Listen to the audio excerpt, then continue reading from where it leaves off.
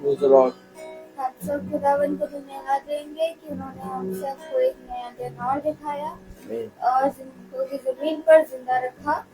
तो आइए हम सब खुदावन की स्तुति और आराधना वचन में चलने से पहले हम सब खुदावन की प्रार्थना को उचरते हैं। जिस बाबा हम आपको धन्यवाद देते हैं कि आपने हम सबको रात के रक्षे से सुनाया जिस बाबा और जिस बाबा हम सब कोई बोर में आपका वचन सुनने की हिम्मत दी जिस बाबा और जिस बाबा मैं आपसे भी प्रार्थना करती हूँ जितने लोग भी फेसबुक के माध्यम से आपका वचन सुनते हैं उन सबके देगा जिससे उनके घर पे भी कुछ दुख तकलीफ घटेगा होने ना पाए जिस बाबा और जिस बाबा मैं आपसे प्रार्थना करती हूँ ना जाने में आपके विरुद्ध हमसे अपने जो भी काम किया हो उन सब पापों से हमें क्षमा करिएगा। इस प्रार्थना को सुनिए और ग्रहण कीजिए। आमीन। आइए हम सब खुदावन की स्तुति और आराधना में चलते हैं और गीत है शादी का गुलाब है तो मेरा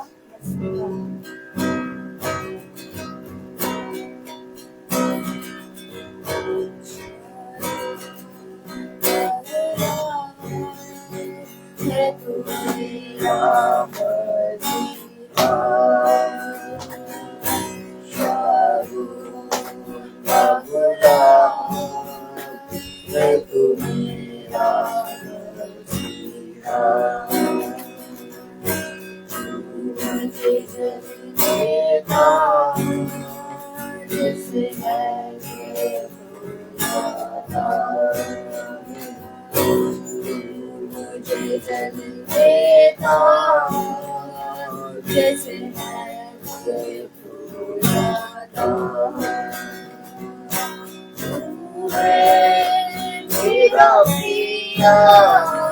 और मैं तुझसे प्रेम करूँगा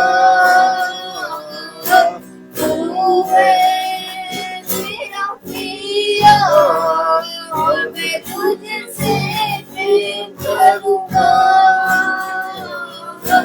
तू मेरा सब कुछ है और मैं तेरे लिए जीऊँगा मेरा सब कुछ है और मैं तेरे लिए जीऊँगा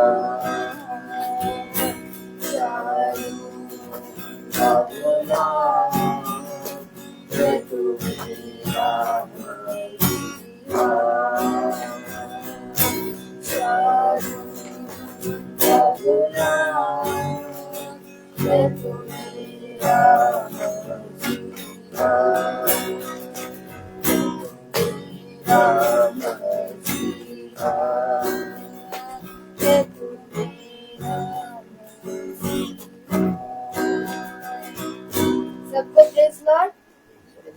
आइए हम सब वचन को चलते हैं जो खुदावन के दास हम सबके लिए लेकर आए। Hallelujah.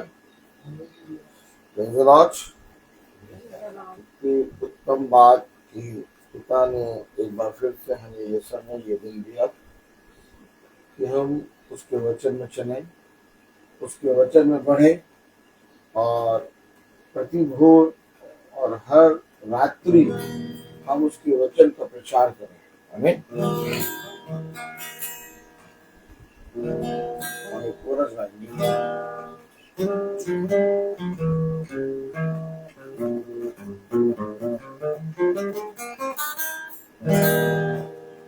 पिछला सब भूल कर मैं आगे बढ़ा चलूं जो मेरे लिए धन था उसको मैं त्याग दूं कि मैं पाऊं उससे पुरस्कार दौड़ा मैं जाऊं मैं पाऊं उससे पुरस्कार दौड़ा मैं जाऊं मैं मेरा मरूं, वो तेरे लिए है, तू मेरा प्रभु।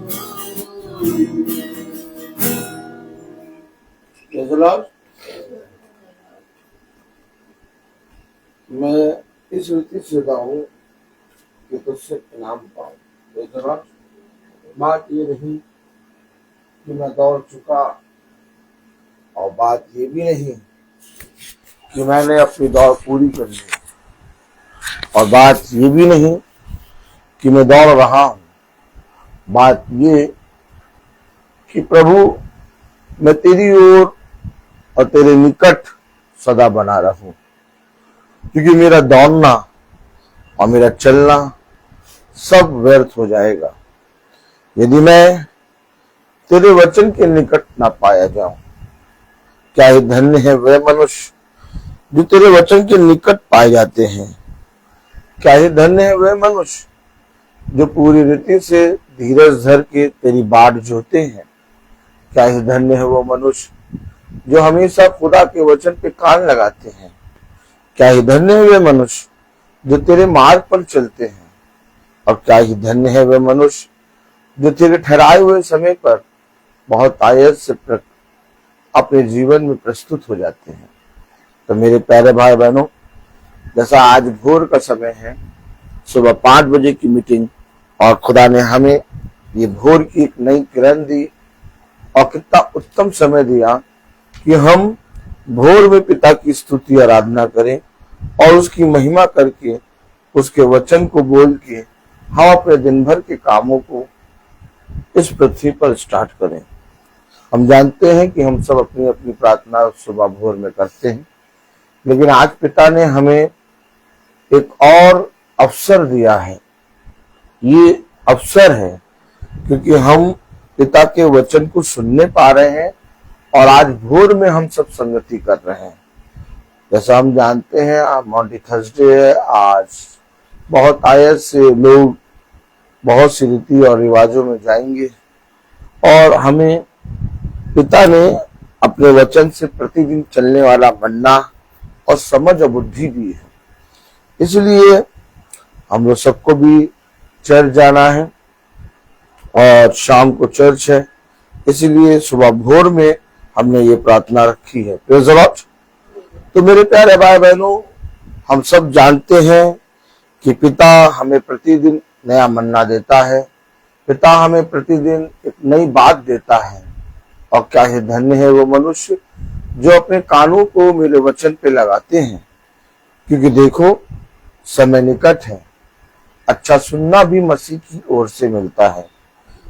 आइए हम सब वचन को आदर और महिमा देने के लिए अपने स्थानों पर खड़े होंगे, और हम निकालेंगे भजन संहिता। Praise the Lord.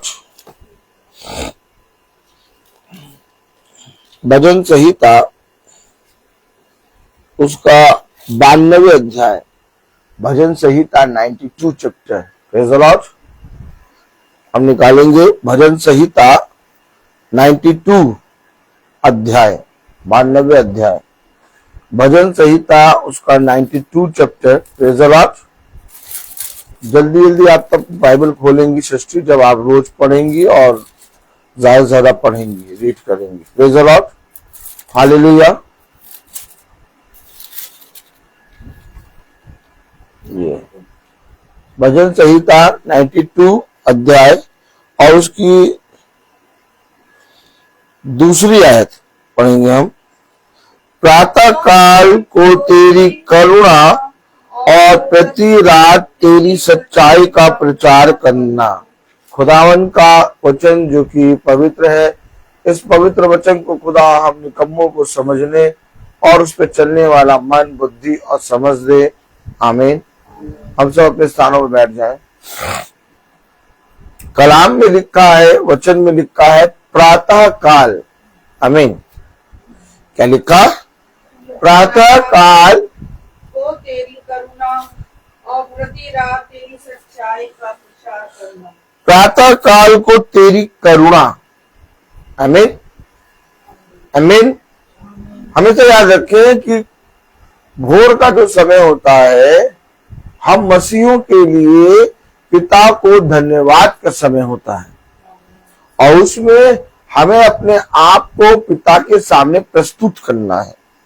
मैं आपको सच बता रहा हूं कि हम सब भाई बहन प्रति शाम को 5 बजे एक सभा में इकट्ठा होते हैं, और उस सभा में हमें पिता बहुत आयत का मन्ना देता है, और उस सभा में पिता हमें बहुत आयत से चलाता है। लेकिन हमें अपने खुद को इंडिविजुअली पिता के सामने रखना है हमें, क्योंकि पिता ने हमें बहुत आयत से प्रेम किया है, और जो प्रेम पिता ने किया है उस प्रेम में बने रहने के लिए ये अवश्य है कि हम सब भाई बहनों को, जितने भी झुंड में हैं, जितने भी पिता के वचन से प्रेम करते हैं और प्रतिदिन इस महासभा को सुनते हैं, उन सब को चाहिए कि वो प्रति भोर आमीन अपने पिता के निकट जाएं, क्योंकि जो काम हम कर रहे हैं उसका तोड़ा, उसका फल पिता उस समय उन्हें देगा। आमीन। क्योंकि मेरे प्यारे भाई बहनों, हम जब भोर में उठते हैं और पिता के वचन को सबसे पहले स्थान देते हैं, तो वो हमारे लिए बहुत आयत से आनंद का विषय बनता है। क्योंकि दाऊद बहुत आयत से लोगों के बीच में पिता का बखान करता है, लेकिन दाऊद इस बात का भी बखान करता है कि प्रति भोर को तेरी करुणा, आमीन, यानी एक सामर्थ है, यानी एक मन्ना है, यानी एक पिता की करुणा है, यानी पिता की दृष्टि भोर में अपने अभिषिक्तों को ताकती है कि कौन मेरे वचन में सबसे पहले मेरे सम्मुख आकर मुझे धन्यवाद देता है।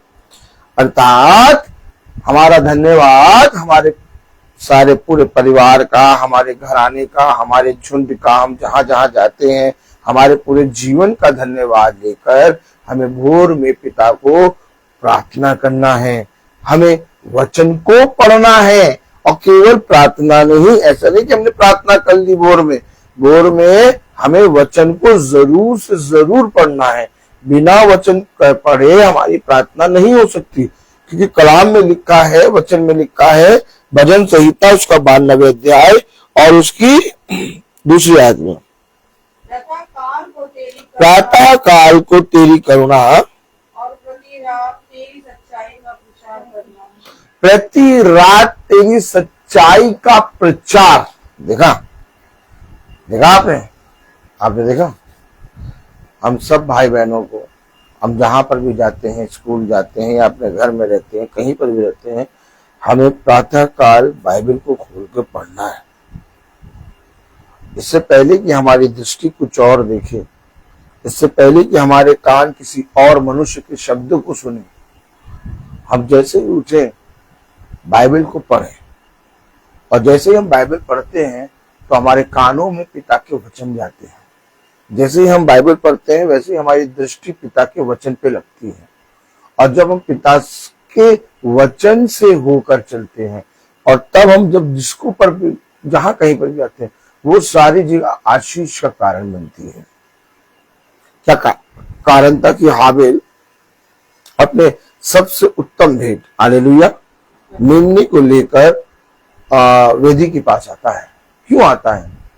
क्योंकि वो जानता है कि मैं जब अपना जीवन का सबसे उत्तम भाग पिता को दूंगा, आमीन, तो पिता मेरे उस उत्तम भाग को देने के कारण मेरे सारे भाग को आशीषित करेगा।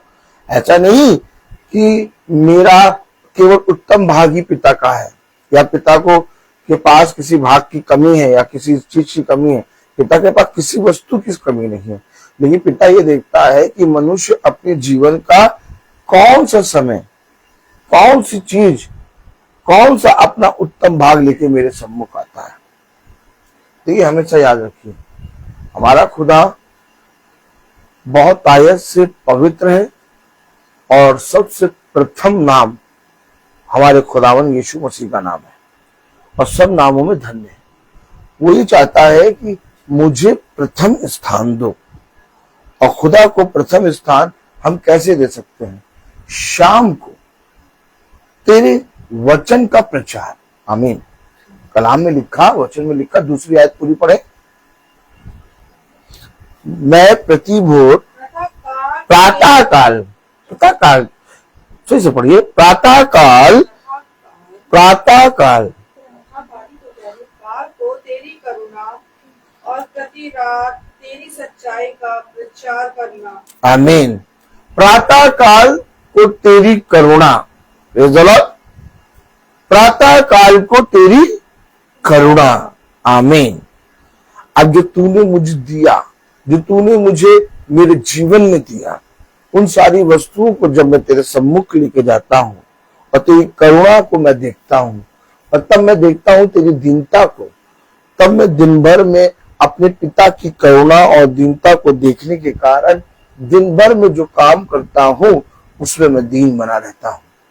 और जब शाम होती है, जब शाम ढलती है, आमीन, जब दिन ढलता है, और प्रति रात तेरी सच्चाई का प्रचार करना, यानी तूने मेरे जीवन में जो कुछ किया मैं उसको तेरे वचन में होकर प्रचार करता हूं। मेरे प्यारे भाई बहनों, हम सबको अपने भोर का समय पिता को देना है, क्योंकि कलाम में लिखा 92 उसकी पहली आयत में, यहोवा का धन्यवाद करना भला है। यहोवा का धन्यवाद करना भला है। क्या बोल रहा है? यहोवा का धन्यवाद करना भला है। तुम किस समय में, तुम कैसे पिता को धन्यवाद देते हो? आमीन, हालेलुया।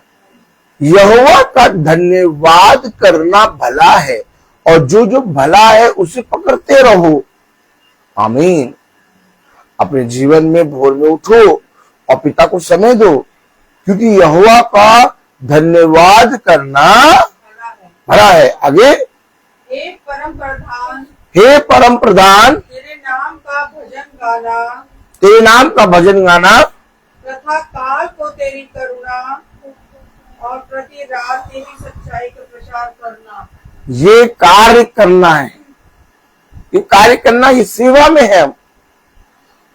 हम सब एक सेवा में है। मैं केवल बाइबल पढ़ता रहूं, मैं केवल जाते हैं अपने जीवन में अच्छे काम करता रहूं, इससे हमारा वो सेवकाई जो पिता ने हमें दी है, किसी को सेवकाई दी है किताबें बांटने की, किसी को सेवकाई दी है पानी पिलाने की, किसी को सेवकाई दी है खड़े होकर प्रचार करने की, किसी को सेवकाई दी है बाइबल से वचन खोल के पढ़ने की, किसी को उठाते हैं सेवकाई दी है तार वाला बाजा बजा के गाने की, किसी को सेवकाई दी है उठाते हैं स्तुति महिमा को करने की, किसी को सेवकाई दी है वर्शिप करने की।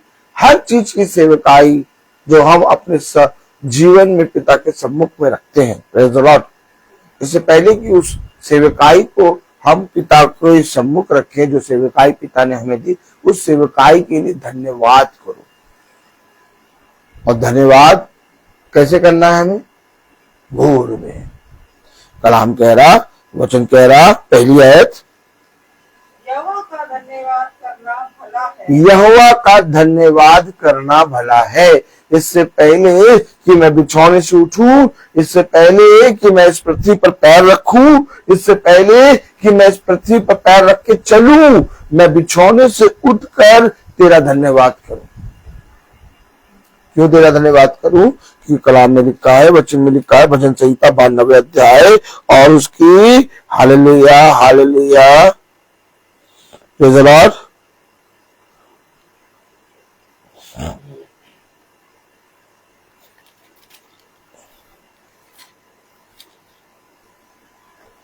92 अध्याय उसकी 5वीं आयत, हे यहोवा तेरे काम क्या ही बड़े हैं। क्या ही बड़े हैं तेरे काम।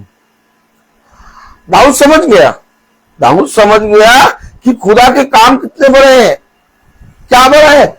मूर्ख की दृष्टि में खुदा की के काम है ही नहीं, मूर्ख की दृष्टि में खुदा है ही नहीं।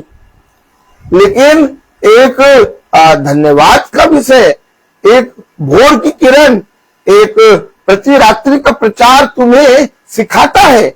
ओ माय गॉड, एक धन्यवाद का विषय, एक प्रतिभोर की करुणा और एक प्रति रात का सच्चाई का प्रचार तुम्हें सिखाता है कि तुम्हारा यहोवा कितना भला है।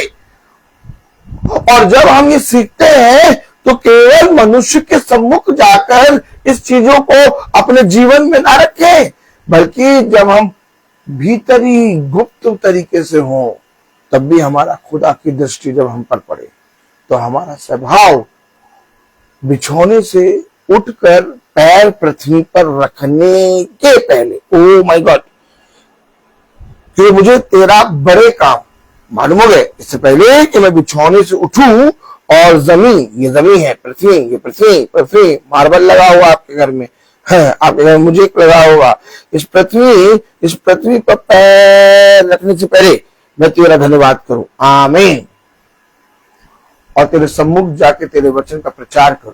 कलाम में क्या लिखा, 5वें आयत, हे यहोवा तेरे काम क्या ही बड़े हैं। तेरे काम क्या ही बड़े हैं। हम नहीं समझ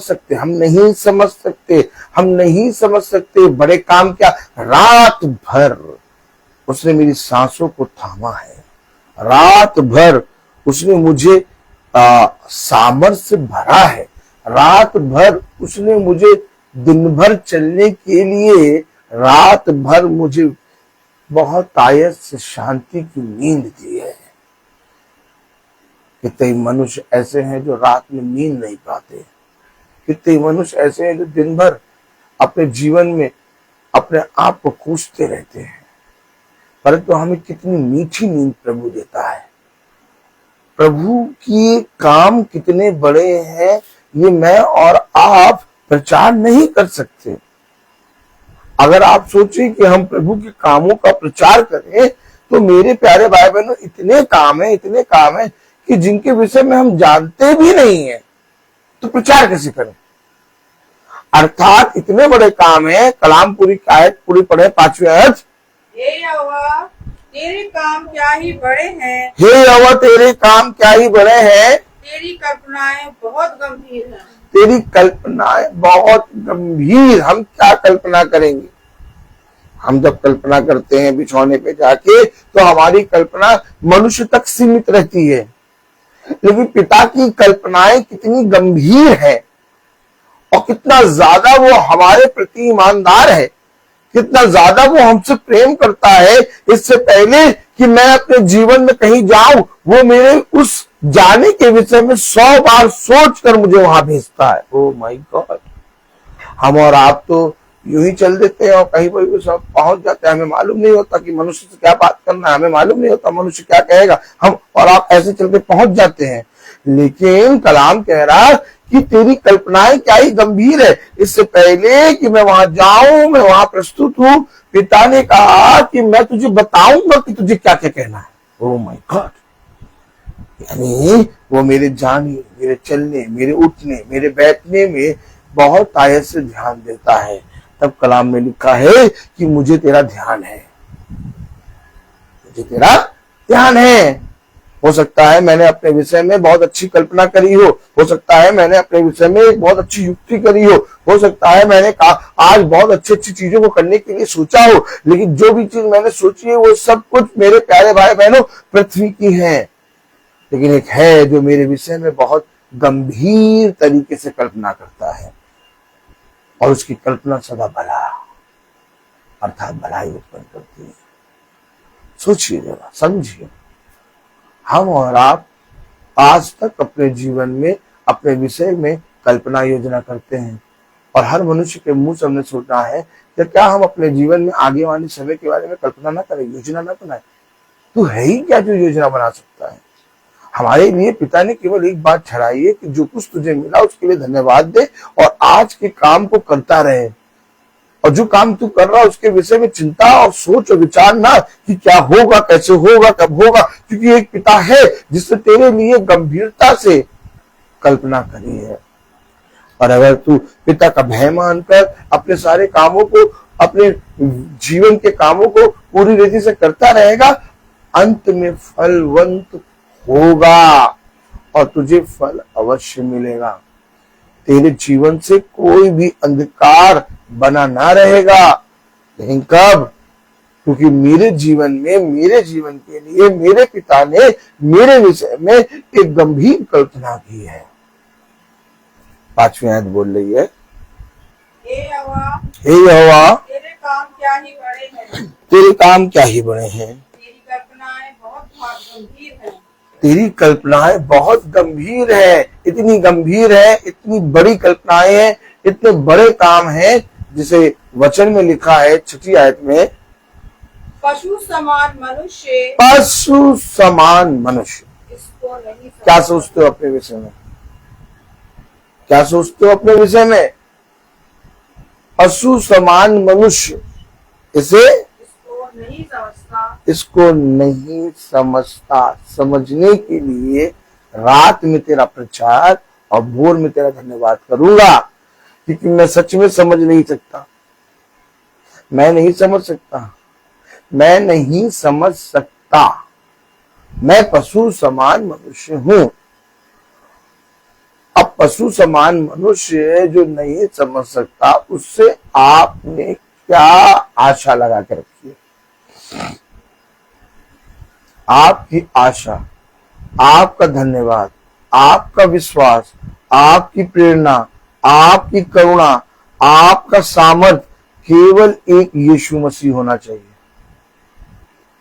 क्योंकि वो जो गंभीर तरीके से कल्पना करता है, सीधे बैठो बेटा, वो जो गंभीर तरीके से कल्पना करता है, वो जो बहुत आयत से आपके विषय में बड़े बड़े काम करता है, वो जो आपके लिए युक्ति बनाता है, वो जो आपके घराने को चलाने के लिए बहुत आयत से आपके विषय में सोच और विचार करके आपको उत्तम फल देता है, वो खुदा है। और उसके विषय में हम नहीं समझ सकते। मेरे प्यारे भाई बहनों, एक मसीह का उठना बिछौने से अलग होता है। हेलो, कुछ कह रहा हूं, और ध्यान से सुने। एक मसीही का बिछौने से उठना अलग होता है। आप ऐसे नहीं उठेंगे। फिर मैं कह रहा हूं, आप ऐसे नहीं उठेंगे जैसे पृथ्वी के मनुष्य उठते हैं।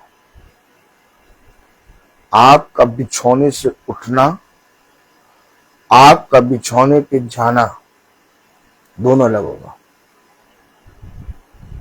दोनों काम आपके अलग होंगे। आप बिछौने से उठने और बिछौने पे जाने को लेकर छोटी बात समझते होंगे कि बाइबल, ये वचन की पुस्तक, ये वाचा की पुस्तक बिछौने के विषय में बहुत गंभीर है। आपके लिए बिछौना होगा एक मलमल का गद्दा, आपके लिए बिछौना होगा एक एसी, एक सोने का कमरा। लेकिन सॉरी, बिछौना, धन्य है वो मनुष्य जो अपना बिछौना निष्कलंक रखे। बहुत गंभीर बिछौना। कितनी आयतें बिछौने के विषय में है, और वो बिछौना जिसको आप प्रति रात्रि जाते और प्रति भोर में उस बिछौने से उठते, और कितने सहज तरीके से हमने उस बिछौने को एक बेड कह दिया। हेलो, बिछौना जाना और बिछौने से उठना, दोनों के तरीके पिता ने बाइबल में लिखा है। एक मसीह का बिछौने पे जाना, एक मसीह का बिछौने से उठना अलग है। याद रखो, सैमुएल मंदिर में देवड़ी पर सो रहा था। वो अपने बिछौने पे सो रहा था, और उस बिछौने पर उसने खुदा की उस वाचा की पुस्तक के वचन को सुना। सैमुएल, याद रखो, दाऊद अपने महल में बहुत बढ़िया बिछौने पर सो रहा था। क्या कहता है, मैं तो इतने बढ़िया बिछौने पर सो रहा हूं और मेरा खुदा तंबू में। कहाँ याद आई थी उसको ये बात? जिस भवन में हम जाते हैं, जहां पर हम कहते हैं कि खुदा का वचन हमें मिलता है, जहां पर हम जाके कहते हैं कि हमारी सारी मन्नतें, हमारी सारे वचन की प्रार्थना भवन में जाके पूरी होती है। उस भवन को बनाने का, उस भवन में अपने जीवन में उसको पूरा करने का सब कहाँ मिला? बिछोना, बिछोना। क्या लिखा है भजन संहिता? हालेलुया।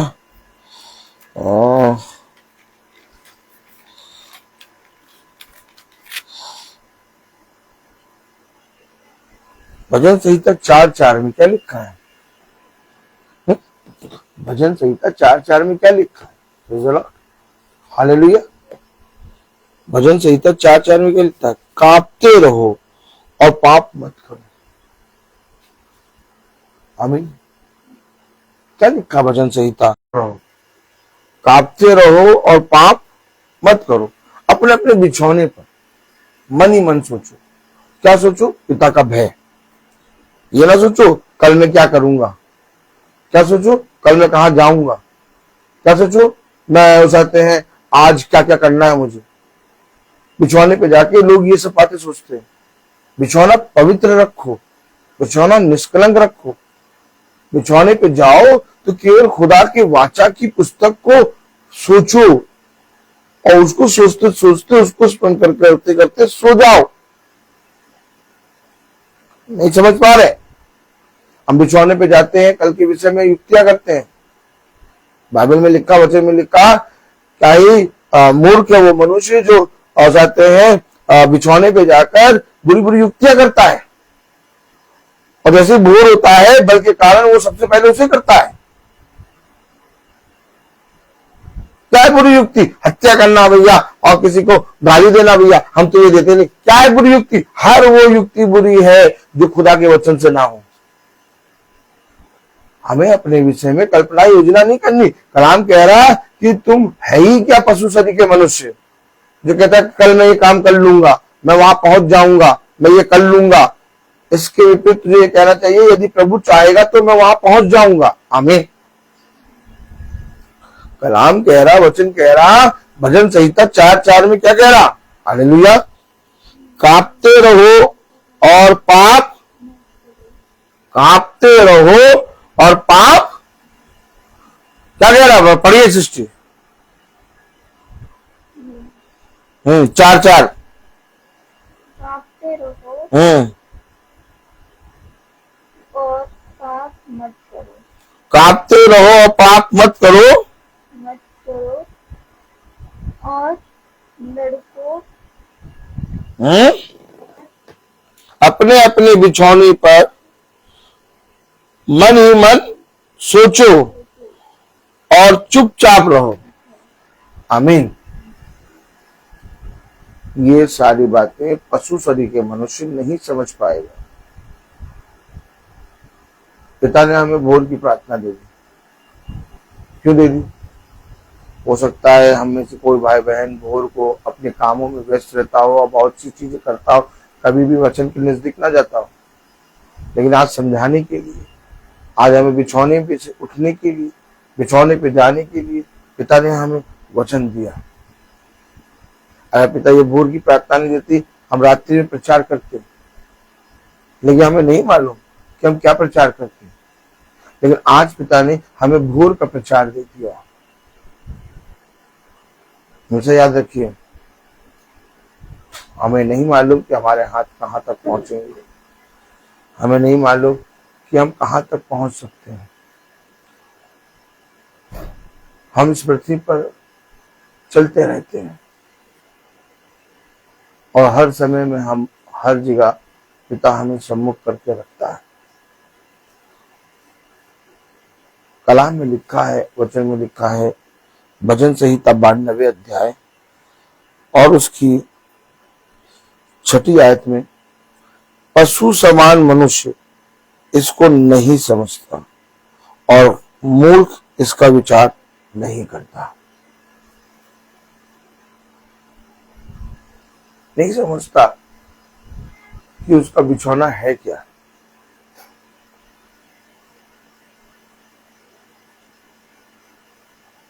हमें अपने बिछौने पे जाके अपने पिता के वचन को स्मरण करना है। सोचना है पिता ने हमें दिन भर हमसे कैसे बात करी, सोचना है पिता ने कैसे हमें चलाया, सोचना है जहां मैं गिरने वाला था पिता ने मुझे कैसे थामा। सच में वो कितना महान है। बिछौने पे जाकर इस युक्तियों को, इन बातों को स्मरण करना है। हमारे सारे काम हवा और भाप है। जिन कामों पे आप मन लगाए रहते हैं, जिन कामों के विषय में आप सोच विचार करते हैं, वो सारे काम हवा और भाप है। क्योंकि मनुष्य का जीवन एक भाप के समान है। मनुष्य का जीवन है ही क्या, हमें नहीं मालूम कि हम इस पृथ्वी पर कब तक रहेंगे और कहां तक हम पाए जाएंगे और कहां कहां पाएंगे। लेकिन हमारे पाए जाने से पहले हमारा पिता जानता है कि तुम इस समय में यहां होगे। कितनी गंभीर कल्पना। अगर बैठ के सोचो तो कांपने लगो। अगर हम किसी मनुष्य के आने वाले समय के विषय में जानने लगे तो उसकी सारी बातों को जानकर हम कांपने लगेंगे, एक मनुष्य के विषय में। लेकिन प्रभु तो पूरी पृथ्वी पर के मनुष्य के विषय में जानता है। प्रभु तो जानता है कि इस पृथ्वी पर हर एक मनुष्य का अंत, हर एक मनुष्य कहां तक, किस समय तक पाया जाएगा। प्रभु जानता है पशु पक्षियों का अंत, कि वे दौड़ के, खूब तेज गति में दौड़ के कहां पर जाके रुकेंगे।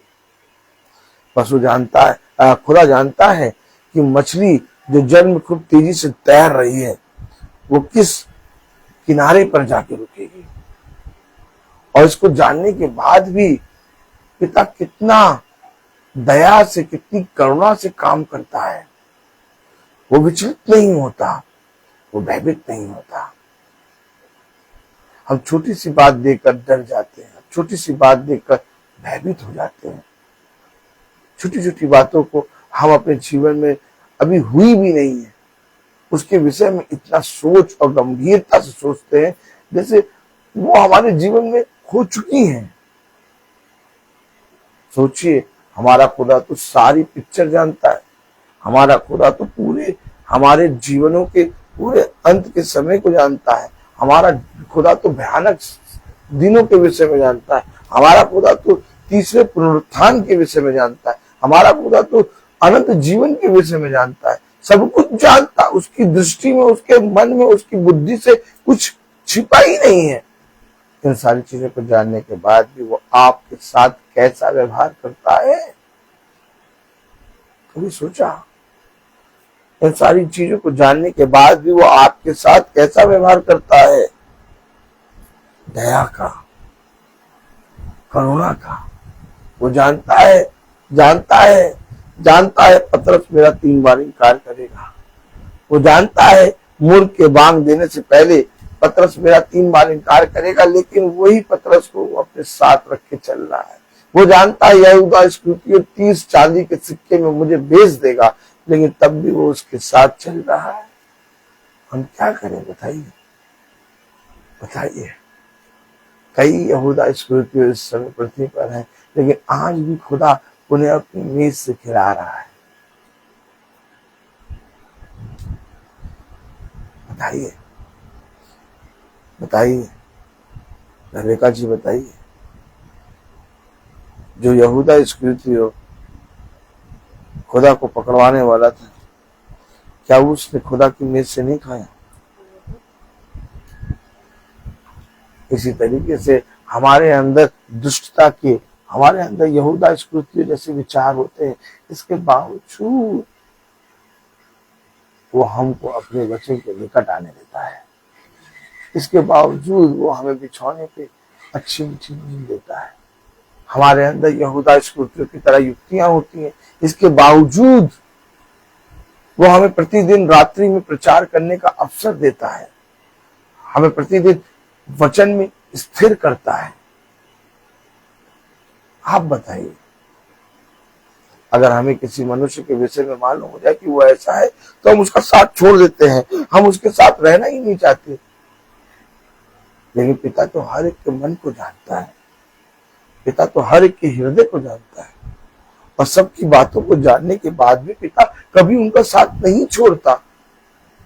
उसने कहा है कि सब कोई तुम्हारा साथ छोड़ देगा, परंतु मैं जीवन के अंत समय तक तुम्हारा साथ कभी ना छोड़ूंगा। उसकी कल्पनाएं क्या गंभीर है, पशु शरीर का मनुष्य नहीं समझ सकता। क्या हमने पाया आज तक? हाँ, मैं प्रचार कर रहा हूं, लेकिन अभी भी मैं यहूदा स्कूतियों की तरह सोचता हूं। हाँ, मैं प्रतिदिन शाम को महासभा में पिता की आत्मा में प्रचार करता हूं, लेकिन दिन भर में कई बार मेरे अंदर यहूदा स्कूतियों आता है। तुम बताओ, तुम बताओ। इसके बावजूद पिता हमें ये अवसर देता है, इसके बावजूद पिता हमें प्रतिदिन वचन से अपने मन्ने से दे के पवित्र करता है। इतना पवित्र मन्ना, इतना शुद्ध मन्ना जिसमें कोई भी चीज अपवित्र नहीं है। अगर पवित्र कुछ संसार में कुछ है तो वो खुदा का वचन है।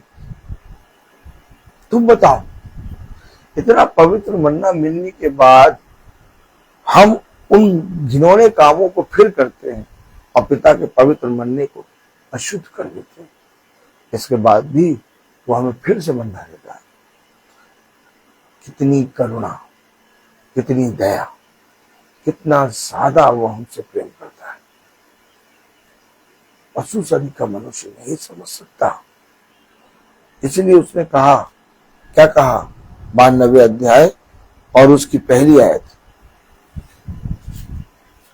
यहोवा का धन्यवाद करना भला है। यहोवा का धन्यवाद करना भला है। क्या धन्यवाद करें? आज तो कुछ ऐसा स्पेशल हुआ नहीं है, क्या धन्यवाद करें भैया? क्या धन्यवाद करें? आज तो कुछ स्पेशल हुआ नहीं है। आज तो खुदा हमारा एक्सीडेंट हुआ और हमें हमारा एक्सीडेंट हुआ नहीं है, तो क्या किस बात का धन्यवाद करें? अरे इस बात का धन्यवाद करो कि उसने मुझ अशुद्ध होंठ वाले मनुष्य को, मुझ पापी को, मुझ अशुद्ध मनुष्य को, मुझ यहूदा स्कूतियों को पिता ने चुना। हमेशा याद रखिए, हमेशा याद रखिए,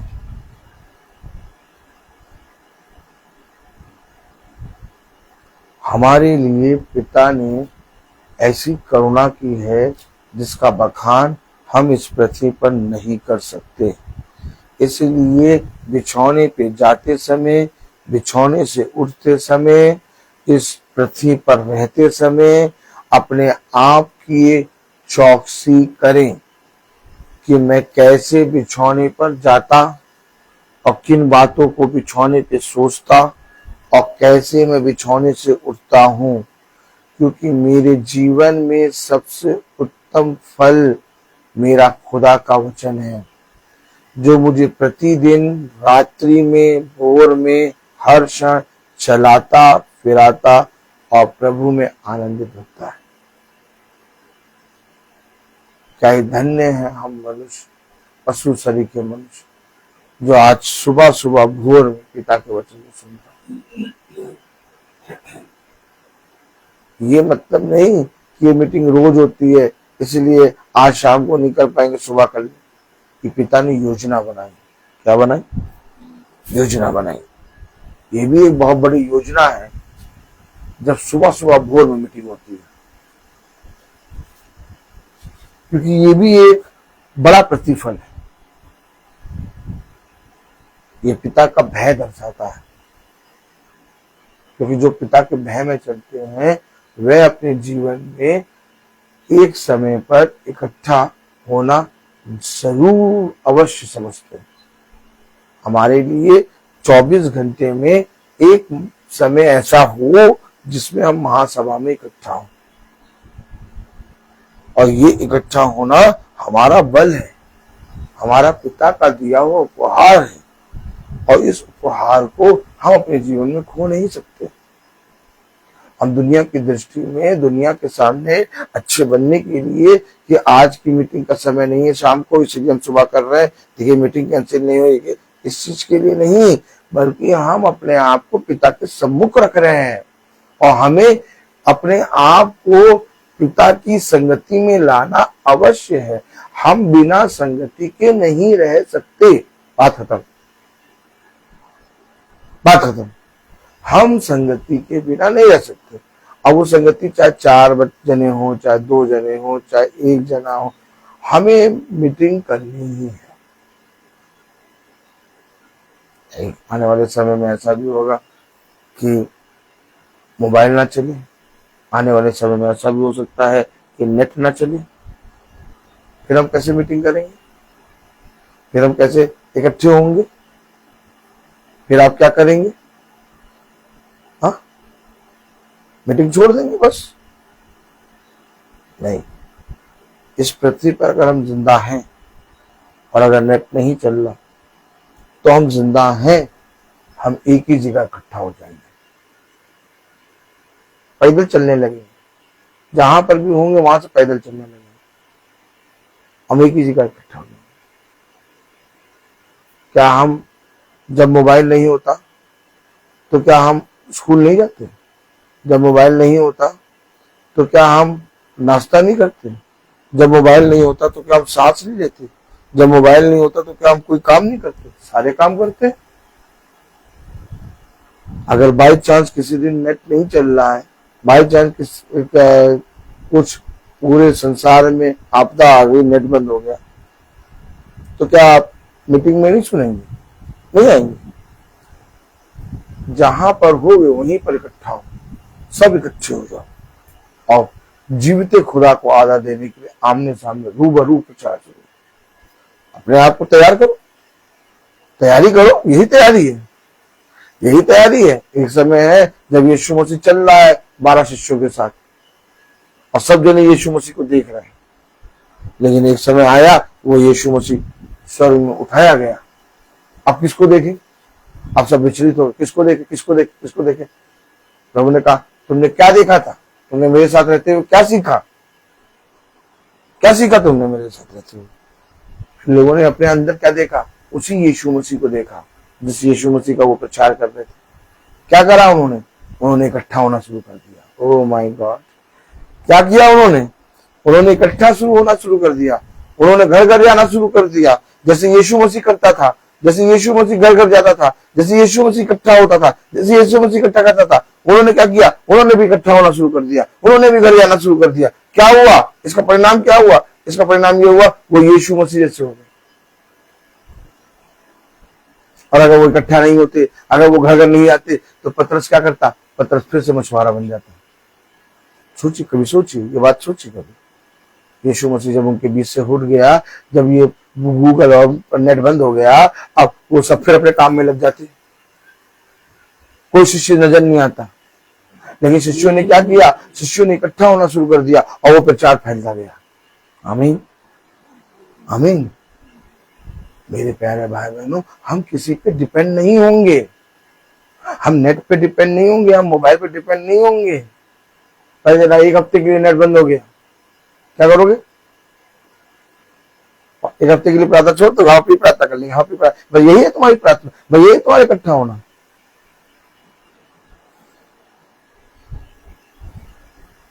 अपने आप को चलने वाला बनाओ, इस वचन को बैठ के केवल सुनने वाला ना बनाओ, अपने आप को लूला लंगड़ा ना बनाओ। हर परिस्थिति में, हर परिस्थिति में अगर गुरुवर पर्वत पे चढ़ रहा है तो पूरी प्रजा, पूरे लोग पर्वत पे चढ़ रहे हैं। हर चीज करने के लिए पिता में तैयार रहो। विपत्ति कैसी भी आ सकती है, फिर क्या कहोगे? घमंड करो इस बात को कि तुम मुझे जानते हो। जगह इकट्ठा होना ना छोड़ो। और जैसे जैसे वे इकट्ठा होते गए उनका बल बढ़ता गया। उनके पास कोई मोबाइल नहीं था, कोई नेट नहीं था, इसलिए हो सके तो प्रार्थना में संगति करो, इकट्ठे हो, भवन में इकट्ठे हो, बार बार इकट्ठे हो, अपने आप को हमेशा चलने वाला बनाओ, ताकि जैसी भी परिस्थिति हो तुम ना रुको, तुम पिता में बढ़ते रहो। मैं बोलता हर चीज का है। तो आइए हम प्रार्थना में चलेंगे और मेरा निवेदन है रविका जी से कि वो प्रार्थना में अगुवाई करें। Praise the Lord. Praise the Lord.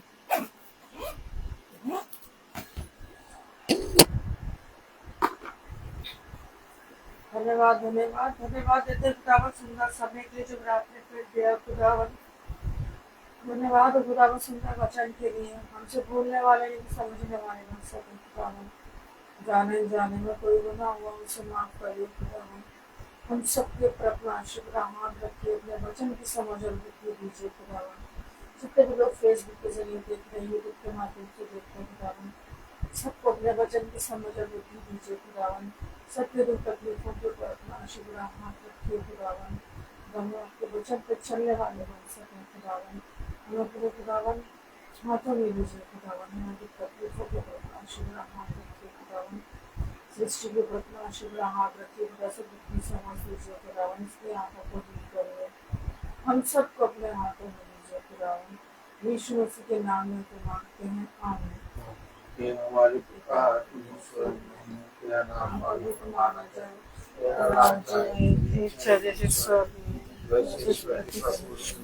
हमारा प्रतिदिन का आहार और हमारे अपराध की क्षमा जैसे हम भी अपराध की क्षमा करते और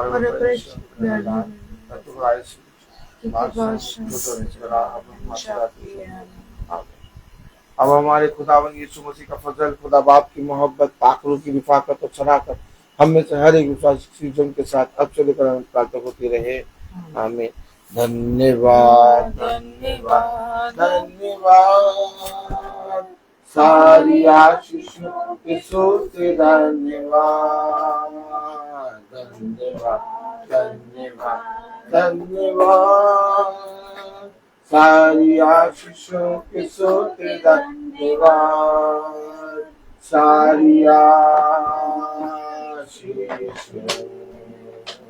आती ऊपर से, हालेलुया। धन्यवाद धन्यवाद धन्यवाद, सारी आशीषों के सोते धन्यवाद। सभी भाई बहनों को प्रेज द लॉर्ड। सूचित किया जाता है कि कल की प्रार्थना भवन में होगी। गुड फ्राइडे वाले दिन भवन में प्रार्थना होगी दिन में 12 बजे। आप सब प्रभु में आनंदित रहिए और जितने भाई बहन ट्रेवल करते हैं, जहां भी जाते हैं, उन सब की प्रभु अपने स्वर्गदूतों के द्वारा रक्षा करे और जहां जहां जाएं वे सब 100 गुना आशीष का कारण बने।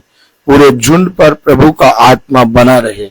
हर एक जना, झुंड का एक एक सदस्य जो भी बीमार है, जो कोई भी अपने जीवन में घटी या कमी में है, पिता ने उसके अंदर से दूर कर दिया, ऐसा मेरा विश्वास है।